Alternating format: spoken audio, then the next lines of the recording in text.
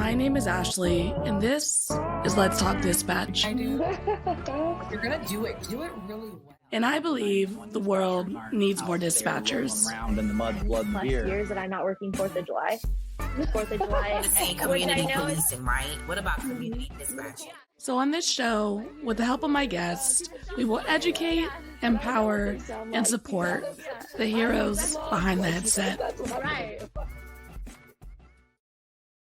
Hello, everybody. Welcome back to another episode here on Let's Talk Dispatch with me, Ashley, the Raspy Dispatcher.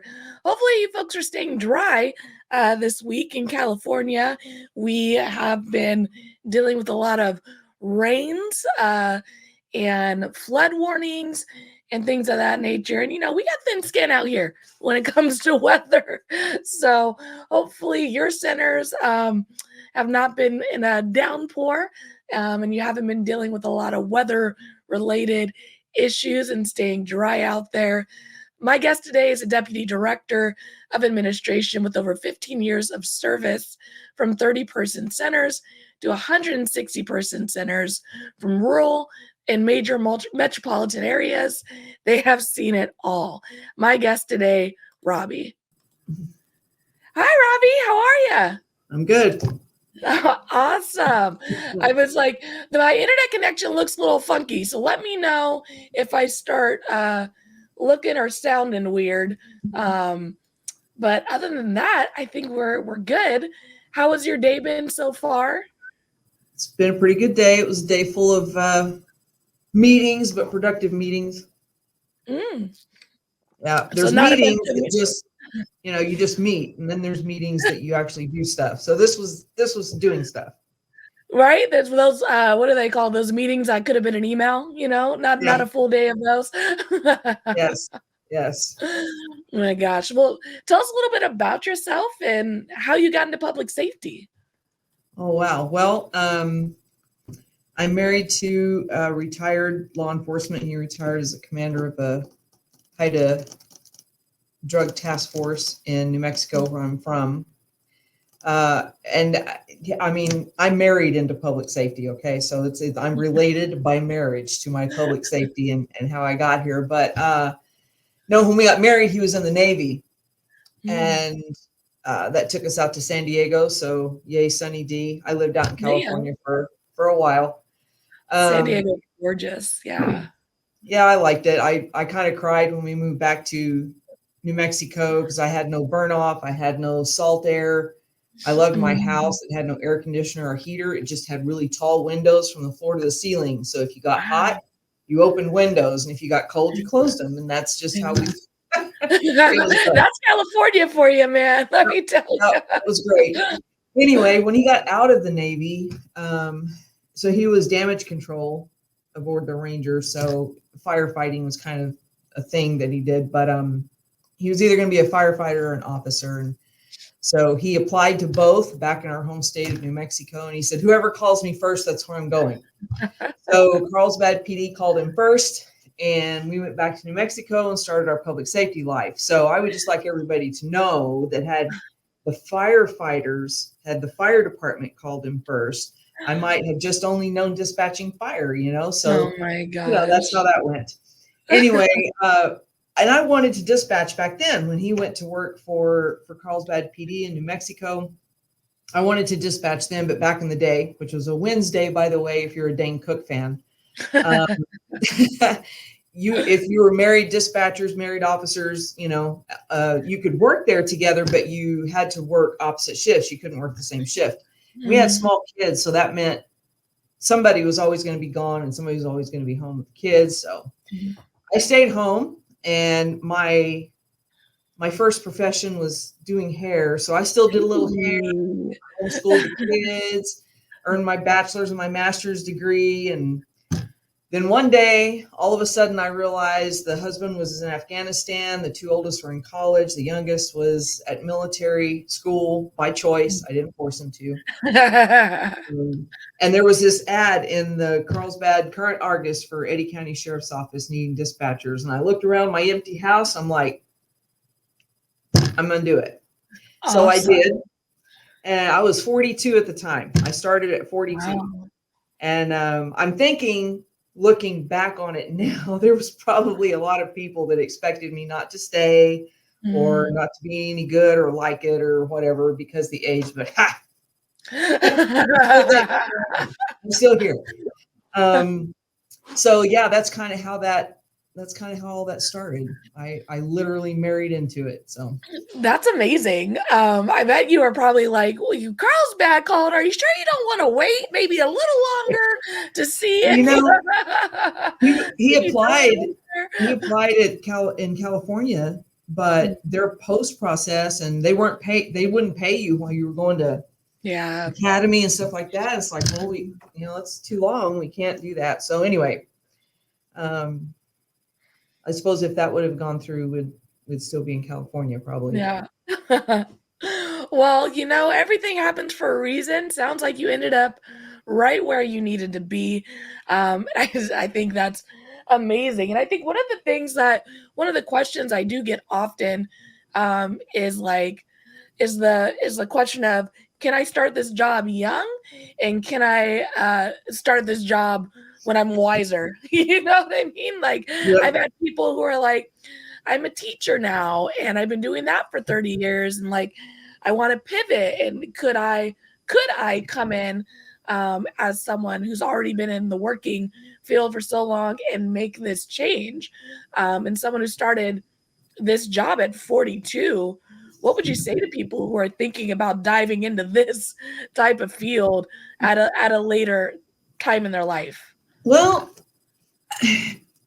so I've had people, of course, I went straight way into training, training was my bailiwick, my master's education, and that's just where I wound up. So I've seen a lot of people come in, and of course, the first thing they have to do is train. And I've had people like myself that were older come in and do just fine. And then I've had them come in and it's overwhelming and whatnot. And what I would say is if you want to come into this field later in life, it's going to help if you haven't shied away from the use of computers, and being able to navigate and do several things at one time. And, had it not been for me finishing actually my bachelor's and my master's primarily online, I mean, I never took a keyboarding class in high school. Okay. I'm old. They didn't do that. Okay. There were no computers at my high school when I graduated,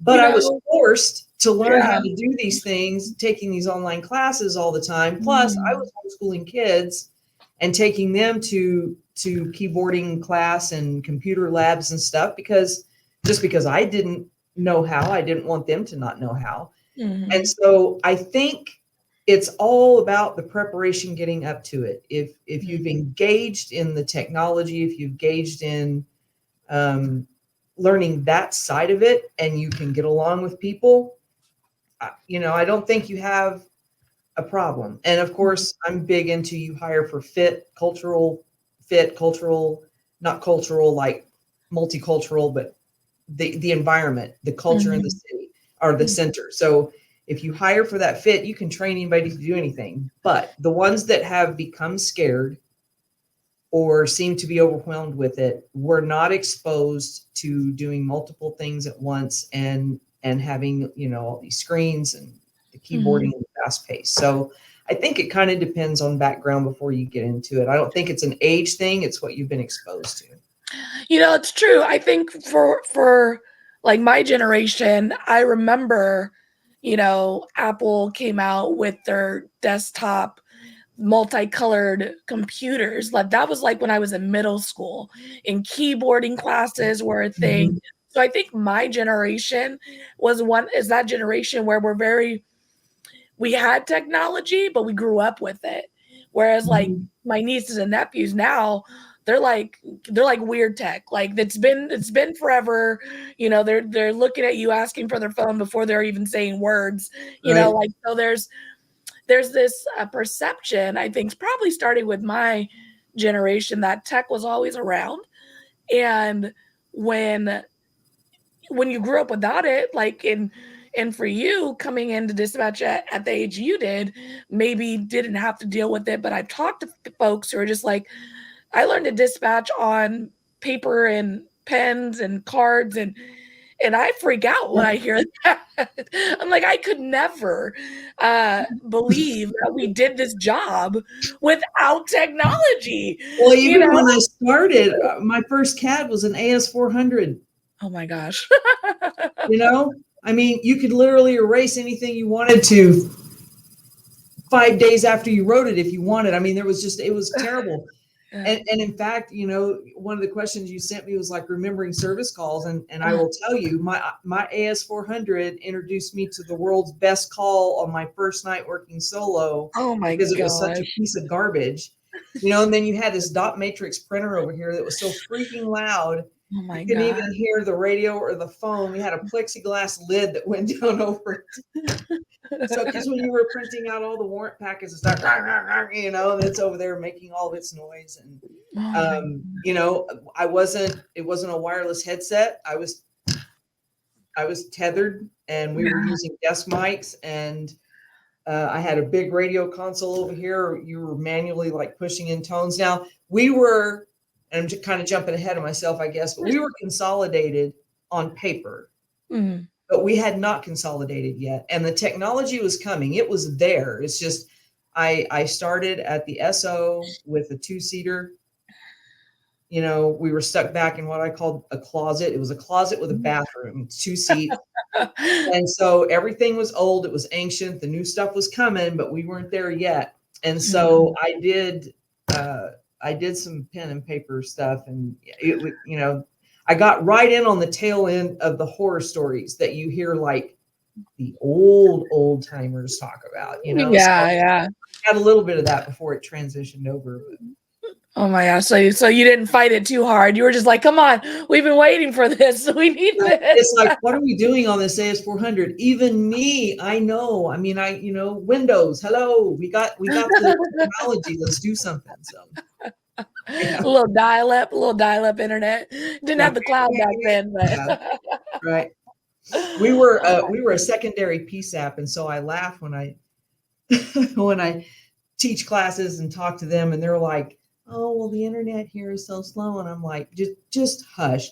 I had a designated 911 phone, literally a separate phone. If it rang, you knew it was Carlsbad PD giving you a call. Oh gosh. And no internet. We had 0 internet. And I'm like, don't even talk to me. Just don't talk to me about that. What color was that phone of torture? Was it a red phone? No, it was not red. But it was one of the old, I mean, it wasn't even a cordless phone. Like not even a cordless phone. It was like a regular. Oh my gosh. You know, the red phone that everybody holds up and has replicas of for the anniversary of the first, you know, it was like that phone, but it wasn't red. Okay. Oh my gosh. Missed opportunity. You know, red phone rings. You're like, that's the president calling. We got this is about to get real. Yeah. So what was it like for you in the beginning? You know, empty house, you do the application, they hire you, haven't been able to get rid of you since. You know, what was that process like for you getting into that door and doing training? Well, so when I applied, of course, it was a very slow process because the consolidation stood alone by itself and wasn't under any particular entity, sheriff's office, PD, anything like that. But like I said, when I first got there, it was for the sheriff's office. And so we had to go through all the county processes. I applied in January, and my first day was in April. It took, you know, that long anyway. And so it was a 2-seater. We were in literally the cellar basement part, like all the windows were street height. We had windows, but they were level with the ground, you know. Okay, see, is this a conspiracy theory? Because I did a TikTok or a reel or whatever the kids are calling it nowadays, and everyone in my comments were like, "You have windows? Like that's why are they putting us in the basement so often?" Right. Well, we were down, but the courthouse was built rather weird. So it didn't look like you were coming in and going downward when you came in, because you walked in ground floor and you didn't really have stairs or anything, but it kind of sloped. I don't know how to really explain that, but you did wind up going down. And so you were kind of in, and we had ghosts, because one of the sheriffs killed themselves and that was his office. There was all kinds of stuff going on, so anyway, I don't really believe in ghosts, I mean, but it's there were some lights weird things in that there. Yeah, happened. we had ghosts, I'm just gonna keep rolling through that.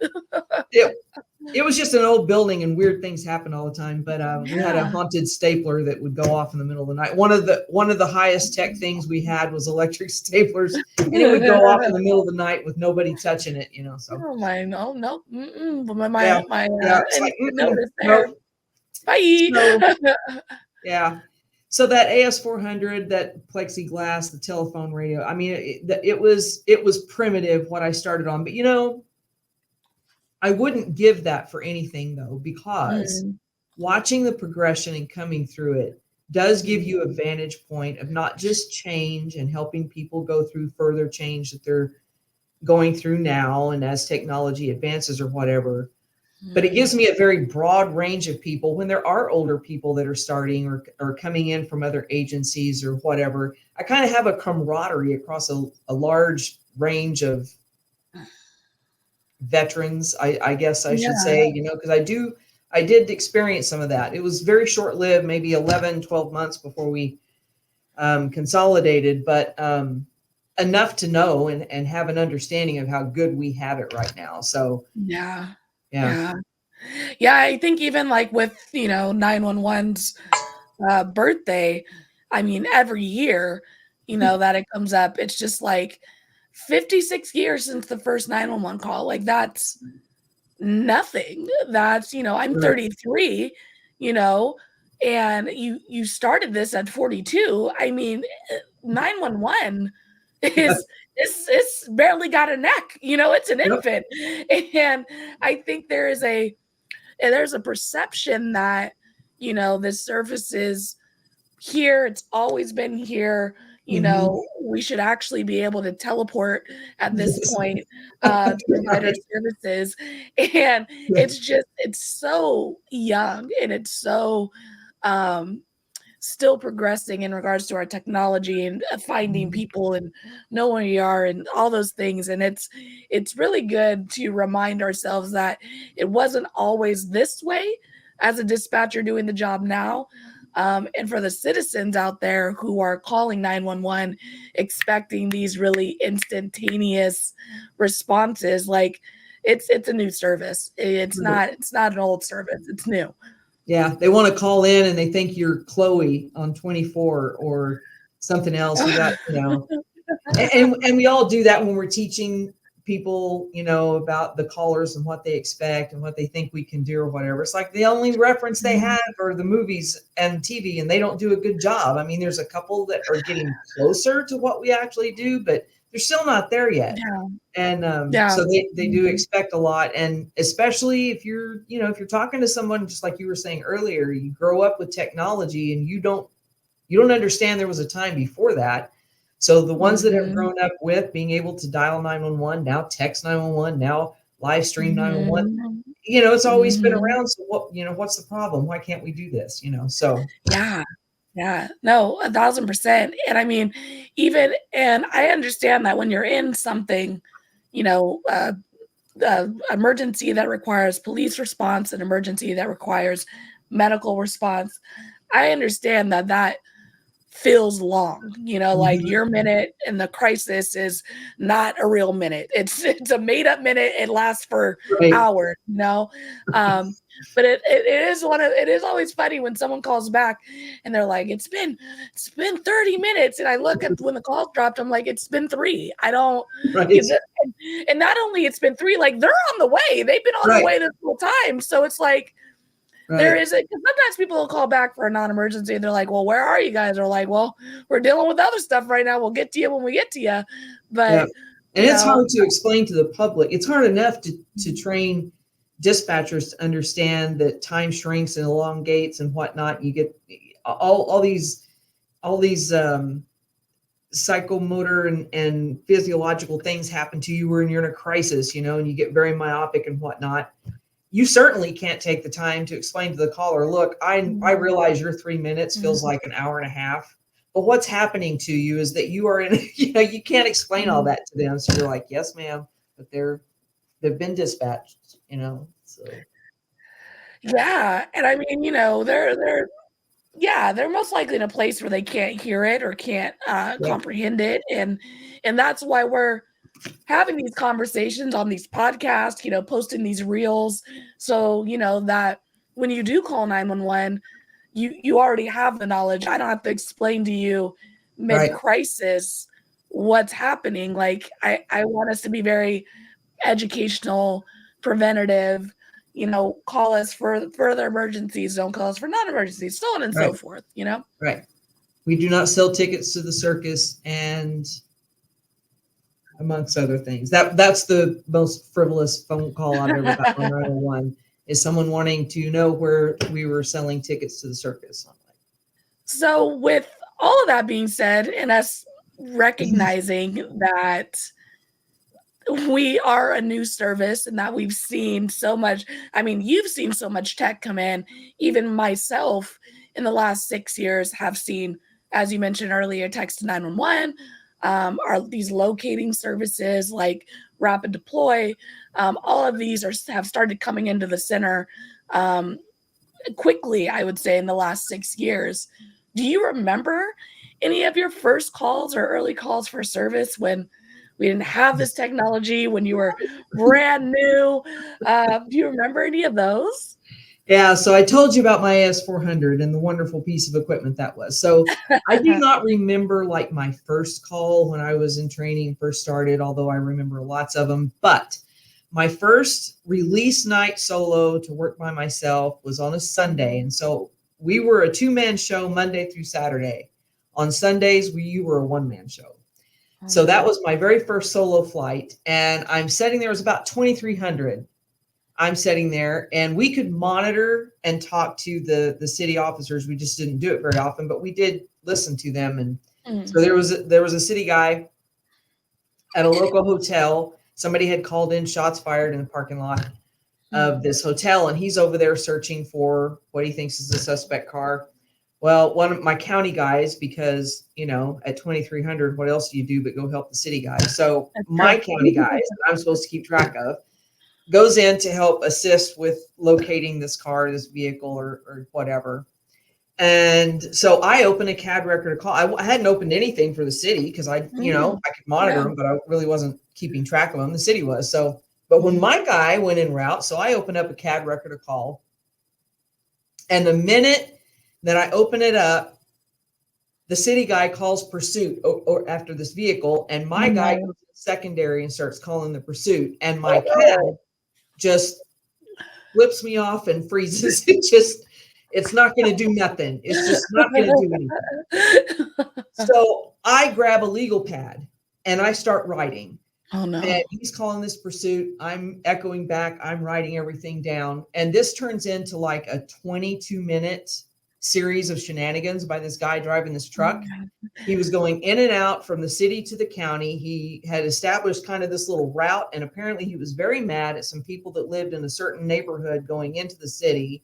He was shooting at the cops out of the truck. He was shooting at these houses going in this route. I even had an officer, he'll kill me if I say his name out loud, I'm going to anyway, because now he's a municipal judge, Kelly Calicote.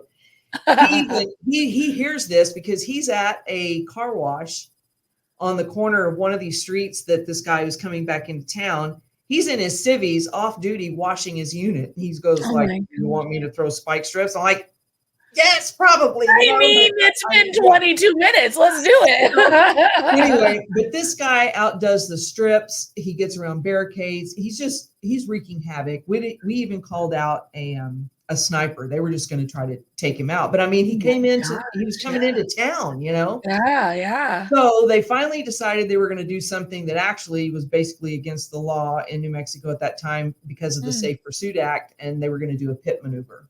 Okay. I was like, we're not kidding. Yeah. But I know that's been going out the door. Yeah. But So they set this up and they execute it. But the last thing I hear is Deputy Castro over the radio. He goes, 10-3, 1055, which is, clear the air, call me an ambulance, officer down. Well, when he clears the air, I can't talk to him anymore. So I'm sitting there. That's the last thing that I hear. Yeah. And it was the first time that I'd gotten any kind of a break. So I called my supervisor and I'm like, I just took this call. It lasted forever. And it's all written down on legal pad because the CAD froze. And so, what's next? Because this is how they left me this call. So she didn't live very far away. She showed up in about 10 minutes. She was dressed, but had her house shoes on and kind of looked in disarray. And so she comes in, she goes, "Are you okay?" And I'm like, "I'm fine, but here's my call." And it's on a legal pad. Yeah. And so about that time, Deputy Castro calls me and he said, Deputy Leos is fine. He is on the way to the hospital for a laceration, but he said, "Let me tell you what happened." Yeah. He said about the time Deputy Leos performed his pit maneuver, the guy in the truck that they were chasing shot himself. Oh, Deputy wow. Leos thought he was shooting at him, so he rolled out of the car. And everybody watching thought the guy had shot Deputy Leos and he had fallen out of the car. So that's why they called the man down. The car sometimes like turns towards you, Yep. so it's like all those, like that perfect. Yep.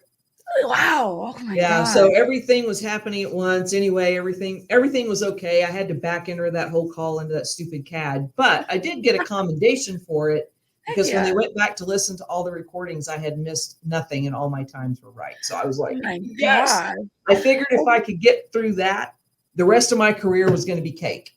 You said, for a reminder for people, that was your first night solo? Yes. And the other call, wild. The other call that I vividly remember was also a pursuit, but it was because my husband was the deputy on the other end. And he had to go 36 miles from Artesia, New Mexico to Roswell, New Mexico, about 100 miles an hour plus pursuit, northbound and southbound lanes. I was the dispatcher and he was the guy in pursuit. I have that recording. We play it for each other every now and then. And we're like, because I give him a hard time. He got a commendation for that one, for being calm and collected under pressure. I got nothing for listening to my husband drive 100 plus miles an hour in the wrong direction for 36 minutes. Oh my gosh. Yeah. I mean, that's tough. I mean, I just had to unpack all your stories right here. Yeah. Your first night solo, you have someone shooting at your officers, like, period. Like, that's wild. Add in, sprinkle in on top, you're playing with other agencies. So I don't know, you said you guys could listen in on their stuff too, right? So I imagine you're listening to their radio traffic, you're listening to your guys' radio traffic. And depending, it's easier when you know your people, right? Like you know their cadence, the way they sound. It's easier to understand them. And then there's a stranger talking as well. So you're dealing with that aspect. They're in pursuit, so they're at high speeds. They're not great. They're two hands on the wheel, trying to call out, trying not to crash, so on and so forth.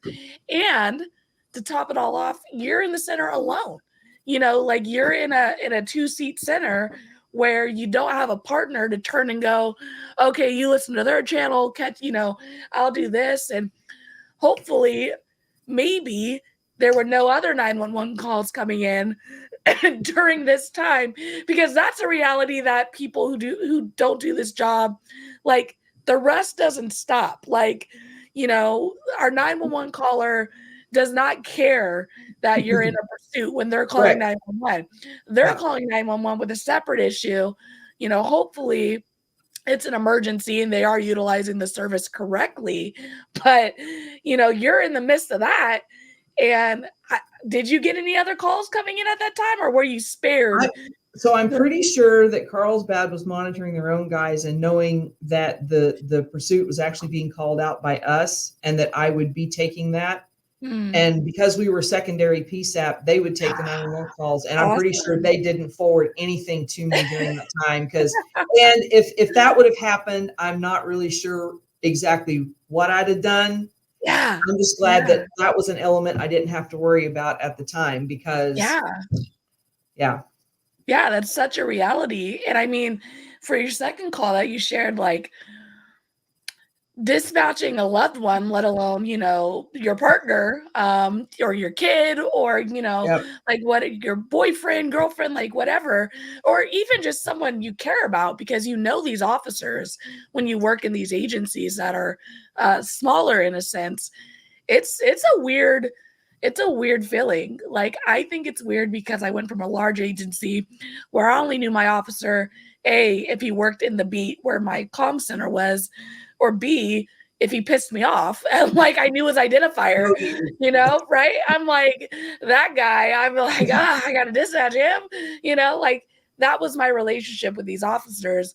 Whereas at the agency I am now, I know all these officers. I know their partners, I know their kids, I know, their life stories. And so when they go into a situation that escalates, like I feel different than I did at my last agency. So I can only imagine what it was like having to dispatch your husband in a pursuit that was probably today they might just cancel it because of the safety issue. Yep. So I sent him to find what was reported by a caller on the highway as a drunk driver that had gone off into the bar ditch. So by the time he got there, he was out of the bar ditch and had turned onto a one-way dead-end street called Cottonwood. So he was going to follow him down and take care of it. So he did follow him down. He called out. He goes, "I've got him. I'm, approaching the vehicle." Well, the guy took off. He's like, and he's taken off Central. And I'm like, oh, goody. So here we go. And we're going down Cottonwood. And I knew the highway was coming up. I mean, I was watching the map. I knew highway was coming up. But I didn't know that this guy was going to go northbound on the southbound lanes. And so when he did, I was like, well, shoot, here goes James going. I mean, because he had to follow him. And I have his dash cam to this, and then I have the radio audio from the center, and we've got it kind of timed together where we can watch it. But he was having to scoot over so the oncoming traffic could see him and know to move over, and then come back behind him. And he was all over the place. And after I wasn't nearly as shaky handling the call. We just went through it like any other pursuit. But when I watched his dash cam, I was like, oh my gosh. Yeah. And I think that's what, like one of the questions you get asked a lot through this process is like, what would you do if you took a 911 call from a loved one?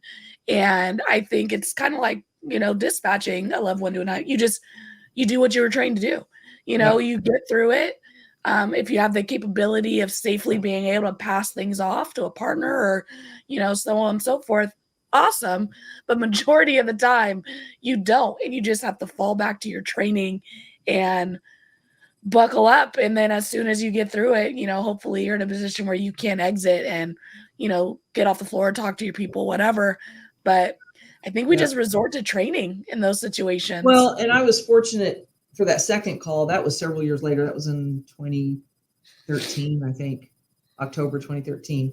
I was working with a partner, and because we had to coordinate with the next jurisdiction, hey, we're coming into your jurisdiction rolling hot, so I mean, help us out, throw some spikes, do something. Anyway, so she was able to take that part and the rest of the traffic, so I could just, So on that call, it was more in line of what we normally do and are trained to do. We're talking to one another, and they're taking care of stuff, so you can take care of this. So it was, I mean, as far as what I it lost was, your sound. Let me see. I think my internet is being funny. Can you hear me? I can hear you. Oh, you're back. Okay. This internet is going to be terrible today. I don't know what you heard last, but I know you were, let's start. We were saying that she could take the traffic. And you were able to focus on your pursuit. Right. So at that point we were consolidated, and I had a partner that could take the rest of the radio traffic, because I was actually working the EMS console, but I also had SO for whatever reason that night. I do not remember why. But so she could take all the EMS fire stuff, so I could just concentrate on this one channel. Plus she was talking to Chaves County on the phone about this pursuit and whatnot. So it was more in line of what we're trained to do as far as situational awareness and being able to pass some stuff off to somebody else and that kind of thing. So it was for the kind of call it was textbook perfect as far as just how we worked it. But I will always remember that one. I bet. Well, since you're so close to Roswell, I have to ask, alien calls? You got any alien calls out there? Oh yes. So funny you should ask that. My daughter, after I became director there, my daughter came to work for us. I recused myself from the hiring process. I would like the world to know that. They hired her. I did not. Anyway, but she took this call one time from a guy. It was actually, he called a couple of times and would hang up, when she would answer. So she called him back and she's like, "Sir, do you have an emergency?" And he said, "Yes, the aliens have landed." And she knew, she's like, "Yes, sir. And can you give me your location?" And it was just one of those calls. So, and he kept calling back. And finally he just ended, she would call him back and it ended with him like, F you, and hung up. And she wrote in her narrative, she goes, "Thank you, random citizen, for," I was like, "I know you were frustrated, but you cannot write that." But anyway. So yeah, we used to get calls quite a bit, and we were 36 miles from Roswell, and every year they do the Roswell landing anniversaries, and we lived there and worked there during the 50th anniversary, which just brought in everybody from everywhere. So oh, how fun. We get stars all the time with we get calls all the time with Elon Musk's satellites moving across the sky. Yeah. And I'm like, there's aliens in the sky. And I'm like, what are those? And I Google it and I'm like, oh no, it's just Elon. Everything's fine. Yeah. It's just what is it? Starlink? Yeah, Starlink. I just actually saw it not too long ago at my dad's house. I was leaving my dad's house and I was like, oh, I can see why people call. I mean, but honestly, what would we know at my local 911 center about the aliens? We're the last on the list to get that update. Right. Just tune into the not news. Like they called us with a flight plan. Yeah. Right. I've had people call because in San Francisco, they do like the Blue Line, Blue Angels. That's what they're called. Yeah. The jet fighters will do their show, and they'll do flyovers, and you'll hear them kind of in the city that I work, and they'll be like, "Are we being attacked?" And I'm like, again, we don't know. To my knowledge, no. Like I'm telling you, they're not calling and telling us. They're not doing that. So don't call me and ask me. Follow whatever you think keeps you safe, because we're not going to be the ones who know first. We're not. Right. And oddly enough, Kelly Calicote, same officer that was in on the other one, I sent him that we had citizens calling us and saying, "We think that there's a plane out here trying to land on the highway." And it was the highway right by our little municipal airport. And I'm like, well, maybe they're in duress. They can't understand maybe the runway lights are out. I don't know. So I sent Kelly out there to check it out. And he's out there for a little bit, and he radios in, and we used to call him Batman because he had a very low voice on the radio. I got one of those officers. Yeah. And he radioed in, and he goes, "Central, I'm not." And then he goes, "Oh shit," on the radio, right? And this plane had come down behind his unit and almost hit it, and was actually doing like a touch and go on the highway. And he got the tail numbers to it, and we're calling FAA and everybody else trying to figure out who this plane is, what they're doing out there. Well, all of a sudden I get a call from Holloman Air Force Base. And this guy says, you do not have a plane trying to land on the highway south of Carlsbad. And I'm like, excuse me? He goes, this is Lieutenant whoever at Holloman Air Force Base, and you do not have a plane trying to land on the highway south of Carlsbad. I'm like, sir, who's in that plane? Don't play with me. I'm like, don't play with me. Anyway, I made him give me a callback number, and then we had numbers for, because we were close to Alamogordo and White Sands Missile Range, and so we had some contact stuff. Mm-hmm. And sure enough, this guy existed, and sure enough, he was a lieutenant in the Air Force. And apparently, we did not have a plane trying to do a touch and go or land on the highway south of Carlsbad. And I'm like, what are you doing in private planes, dude? What are you doing in private planes? Right. And I'm like, look, that's fine. You don't want me to have it. Someone need to come out here and have it, because it almost clipped my officer. Right. If you want it to be your thing, that's fine. We'll back up. Someone need to come get it. That's right. Who's coming to get it? If your plane that isn't landing on the highway would refrain from not also landing on my deputy that I'm sending out there, that'd be cool. Yeah. Yeah. Oh man, wild. So I don't know what I would have done if someone said that. I'd have been like, I'm sorry, are you questioning my intelligence? Because there's a whole ass plane that's above our heads right now. Like, what is Yes. Oh my gosh. Well, we used to get all kinds of calls like that because the airstrip in Roswell still is one of the longest strips in the United States, because it was an Air Force base at one time. And it's one of the alternate places like Air Force One can land and whatnot. And they do some training up there that they don't want anybody to know about. And so we've had several ranchers, call in and say, yep, one of them planes just crashed on my ranch, and before we could get out there, there'd be like an encirclement of solid black SUVs, it was just, it was just that kind of a place. Yeah. For it being a small place, Artesia, New Mexico has a population of like 30,000. And we were on the Federal Law Enforcement Training Center post in Artesia, New Mexico. Yeah. So there's only 2 in the US, and that's the one that's out west, and that's where we were.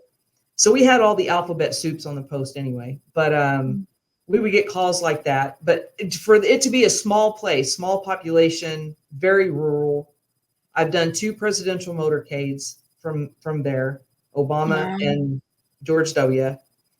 And all of the, shenanigans with whatever going on. And we had it was an interesting place to work, it really was. It sounds like it. Sheesh. And speaking of, your career in centers, you've, like I said in the intro, you've been in smaller centers, 30 person staffed, larger centers, 160 person staffed. What are some of the differences you've experienced with those, their sizes, the amount of folks who are working there? I imagine the communities that they serve. What are some differences you noticed? Gosh, there are many, many differences. I think like one of the first challenges and learning curves I had going from small center to large center, and we have 160 that we can have. We don't actually have 160 right now. We're getting close. I think it was learning everyone's names and remembering that many faces and names that I feel like I should have known, better. And trust me, I've botched several, right? There's still a couple of people that I switch up, I get confused and that kind of thing. I've misspelled them. But I think just having so many people to learn all at once was one of my original and first challenges. And then training is kind of it's a big machine. It's a big moving machine to try to keep all the certifications between new recruits, veterans, trying to hit all the specialties, the fire communications specialists, the tactical dispatchers, CTOs and whatnot, and everything that they need to keep abreast of and whatnot. The training is a big machine. And I think really the only thing that saved me was the stepping stone was from my agency in New Mexico to Tarrant County, which is Fort Worth, Texas. And although we were not a PSAP ourselves, we provided like the 911 trunks and all the training and stuff to 33 PSAPs. So it was about 700 people that we trained all year amongst all of Tarrant County and the surrounding areas. And then just, we had people from even other states come to our training sometime. So I got a little bit ahead of the learning curve as far as keeping up with many, many classes and many, many students getting here via that route. But training, it is, that was a change. And just the business of it. Marietta is a quarter the size of Eddy County with 10 times the population. 9 million calls. I mean, it's just, and I'm not taking the calls, but just that's just a lot of things to keep up with and concern yourself with as a deputy director. So, and another one of the biggest challenges didn't necessarily come from Cobb, the center, but just the governance of Cobb. So, like I said, my agency at home was a true standalone agency. We took care of all of our own HR, all of our own finances, payroll, vendors, IT, everything was right there in-house. We weren't tucked up underneath the Department of Public Safety or an agency like the Sheriff's Office or Police Department.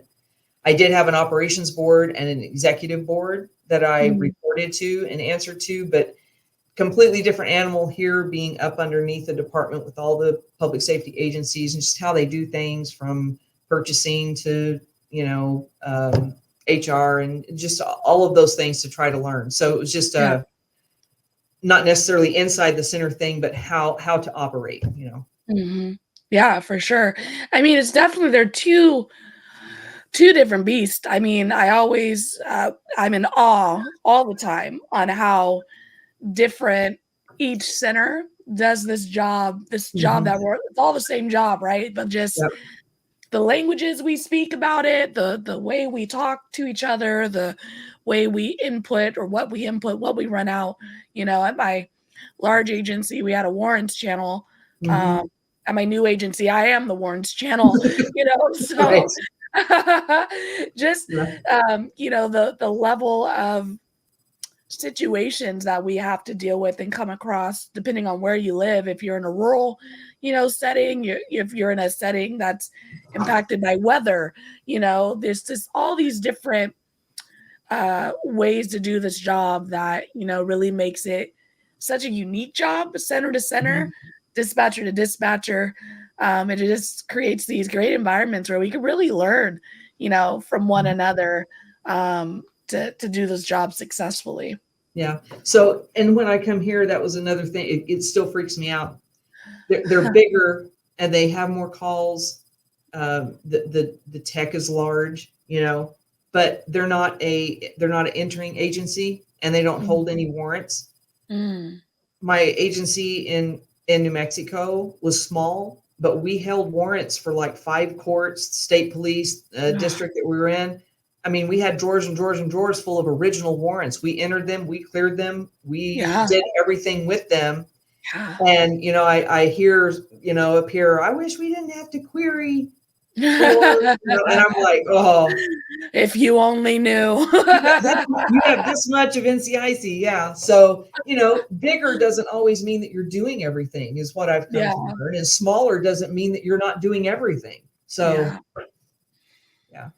yeah, that was crazy. It's really it's wild. I'll never lateral again, y'all. I'm not doing it. I refuse. I'm not. Nope. If Claudia gets a job somewhere at another university out of California, I'm like, I guess I'm not dispatching anymore because I refuse to go through another lateral. It's not learning another one. Rough. Yeah. No, thank you. I'm good. I'm good. Yeah. So, I mean, dispatch is, it's heavy, it's big, it is definitely a calling, a culture, all of those things. But what does keeping your priorities straight inside and probably more importantly, outside of the center look like? So my priorities are pretty much guided by my personal mission statement. So I have this hung outside my office. It's my personal mission statement. And it basically starts out with, I'm going to measure everything in my life by 2 values, faith and courage. So my faith is very important to me, so much so that I've kind of delved into my own 911 daily devotional Facebook page. And I'm enjoying that a lot.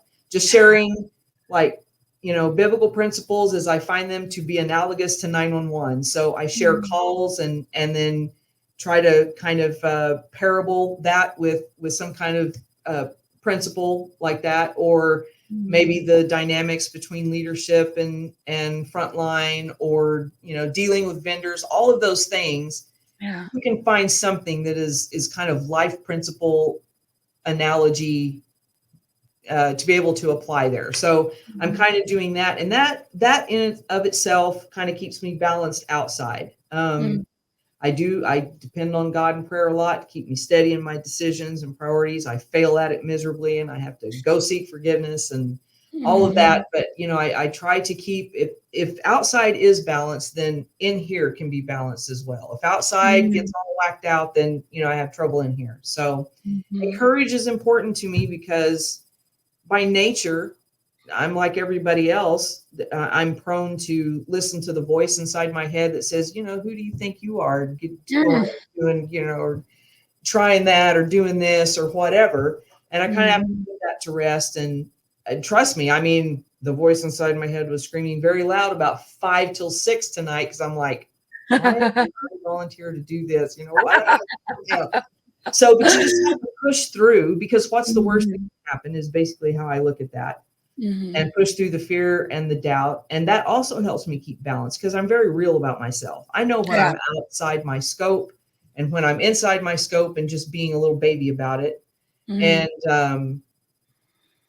a lot of the value of courage to me is based on the fact that if God's fighting the battles that I can't win, the least I can do is stay equipped to fight the ones I can, the ones that are here for me to do. So that's kind of what I do. There's always going to be setbacks in life. There is in every aspect, but I read the end of the book and we win. So that keeps me pretty balanced. I also am working. So I've got my state certification to dispatch. I've gone through all the protocols and been certified, and I'm going to put myself through my own training program and at least be able to go help answer calls, because the other thing, I never had small children at home. I started late, right? There was no children at home. The husband was serving overseas at the time when I started. And so I became the overtime wizard, and I saw these young moms and these young dads who had families, and I would work for them at all the time, because you only get one shot to be with your kids, first this, first that, first something else, and all those things. So I would work for them, and even all the way up into director. I kept a cot in my office, and if I knew one of my people out there had a play or a ball game or whatever, I would speed sleep. I would take over.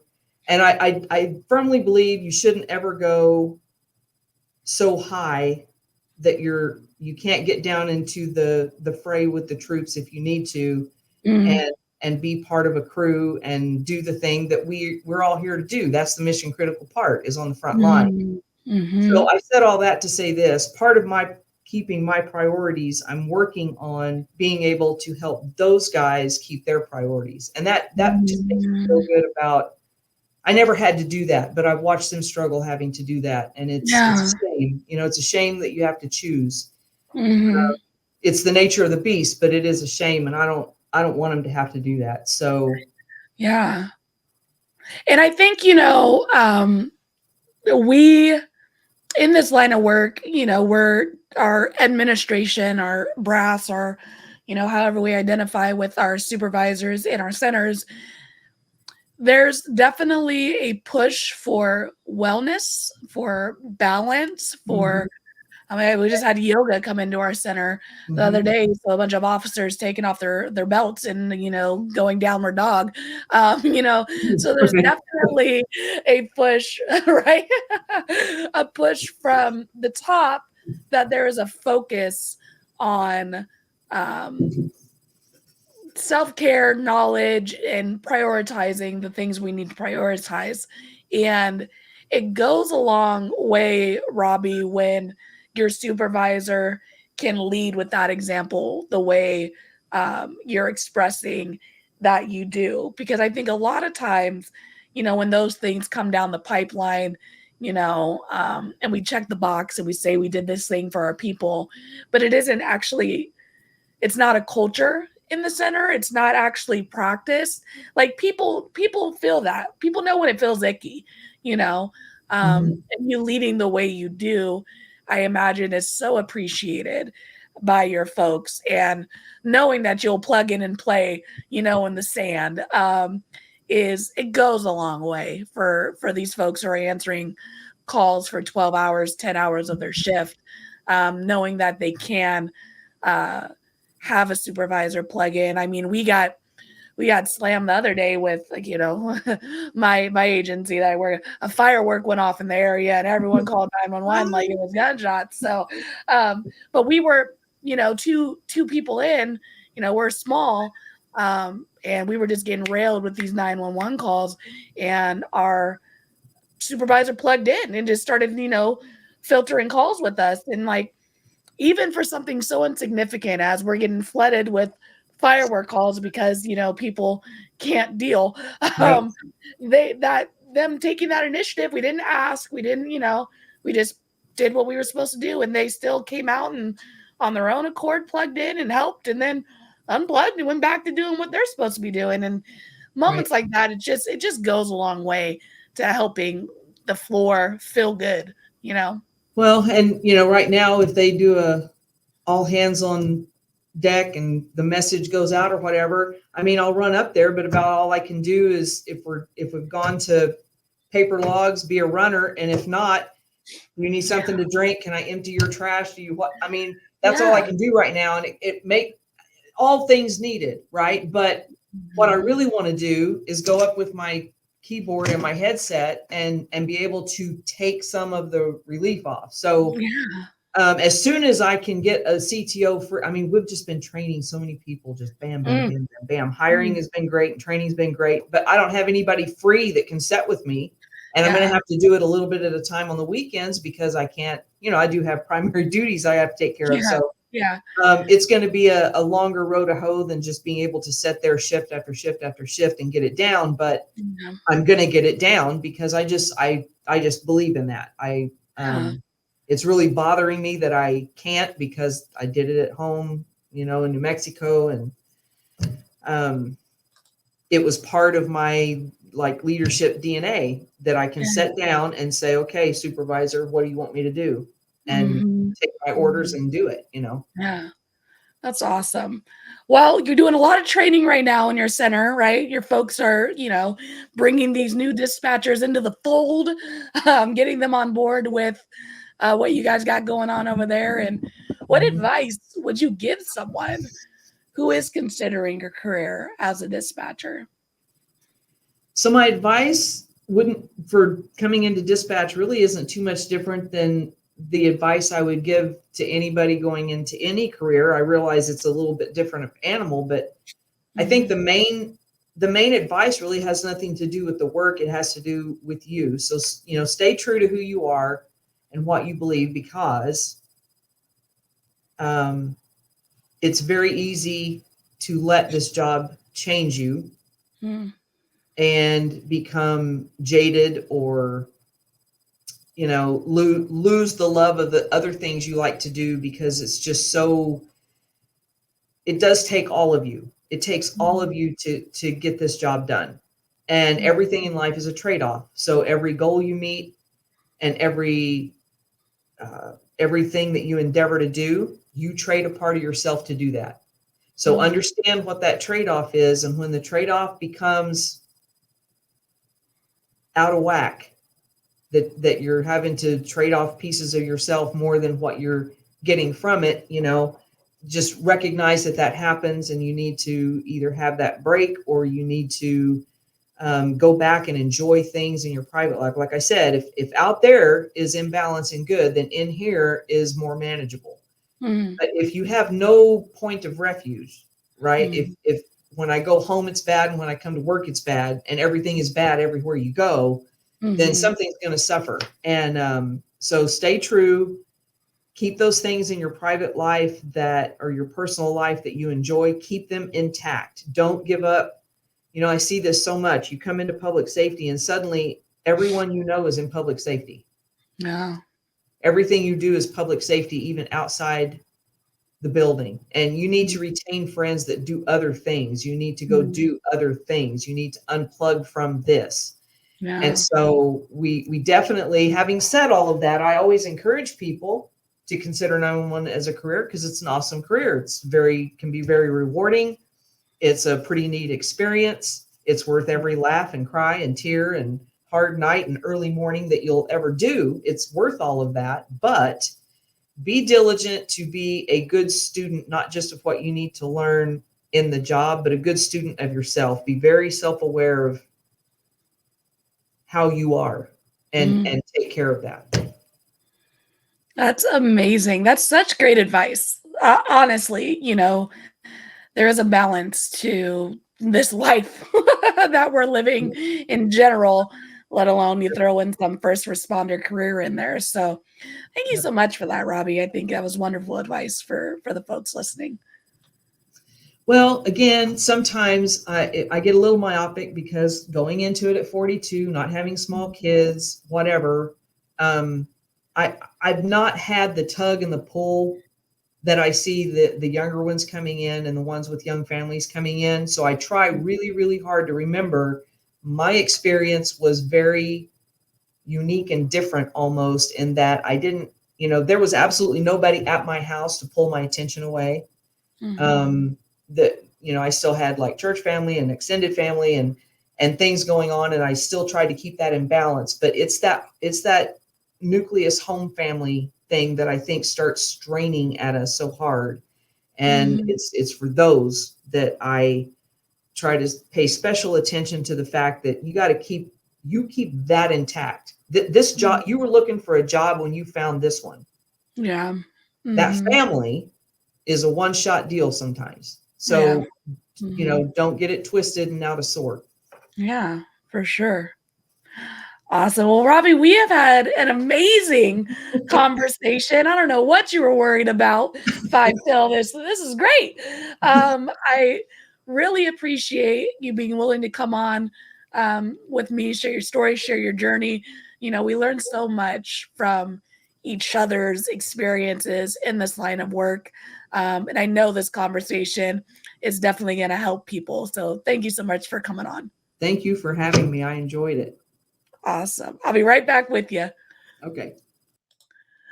All right, everybody. That was another amazing episode here on Let's Talk Dispatch. Robbie, again, thank you so much for being willing to come on, chat with me, share your story, share your experience. I love the personal mission statement. I might have to create that in my life. I think that's a definite tool that we can all use in this line of work in our personal lives. So just remember to take care of yourself so we can continue to take care of each other, take care of the folks who are calling us at work. But there's definitely a balance to this, and having outside resources and prioritizing the things that are important to you outside of work goes a long way. Thank you all for joining us. Until next time, stay raspy, everybody. Thank you for listening to Let's Talk Dispatch podcast. Don't forget to hit that subscribe button. You can find us wherever you listen to podcasts, including Apple Podcasts and Spotify. If you're interested in becoming a guest on the show, or maybe even submitting your own story, you can do all that and more at theraspydispatcher.com. Until next time, stay raspy.